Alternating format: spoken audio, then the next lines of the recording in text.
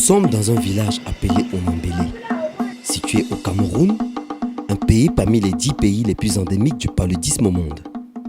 Bonjour, je m'appelle Enama Emmanuel, j'ai 12 ans. Quand je serai grand, je vais être ingénieur en génie civil.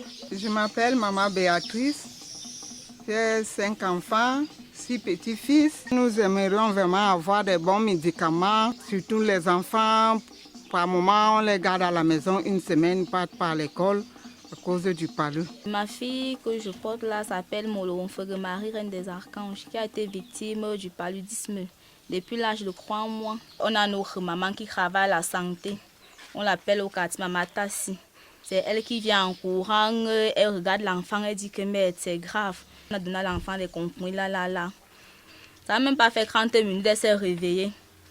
Elle a commencé à parler, elle a appelé papa. Moi, c'est Nama Gabriel, parent de 4 enfants. Parmi ces enfants, il y a le garçon qui est souvent malade.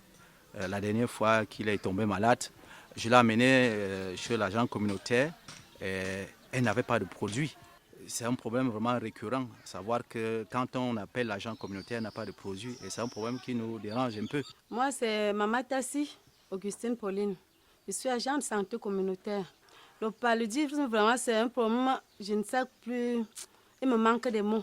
Je fais ce que je peux faire.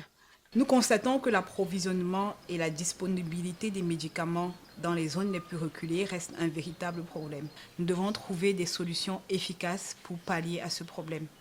Toutefois, il est quand même nécessaire de reconnaître que de nombreux efforts ont été faits par nos gouvernements dans le cadre de la prévention du paludisme. Il s'agit des campagnes de distribution gratuite des millions de moustiquaires imprégnés à travers les pays. Il s'agit aussi des pulvérisations intradomiciliaires dans les zones ciblées ou alors des campagnes de communication qui visent à informer les populations sur la nécessité de se débarrasser des eaux stagnantes autour de leur maison. Toutefois, ces efforts de prévention doivent être accélérés et doivent être mis à l'échelle. Nous pensons qu'il est important de rendre les espaces de décision en matière de lutte contre le paludisme plus inclusifs de la société civile et des communautés. Les communautés et la société civile doivent être impliquées au même titre que les partenaires techniques et les institutions dans la mise en œuvre des programmes qui les concernent, que ce soit au niveau de l'élaboration, de la budgétisation et du suivi et de l'évaluation de ces programmes. Nous devons dépasser le fait d'impliquer la société civile simplement lors des prestations du service ou de volontariat, mais les impliquer comme véritable partie prenante dans les instances de décision en ce qui concerne la lutte contre le paludisme.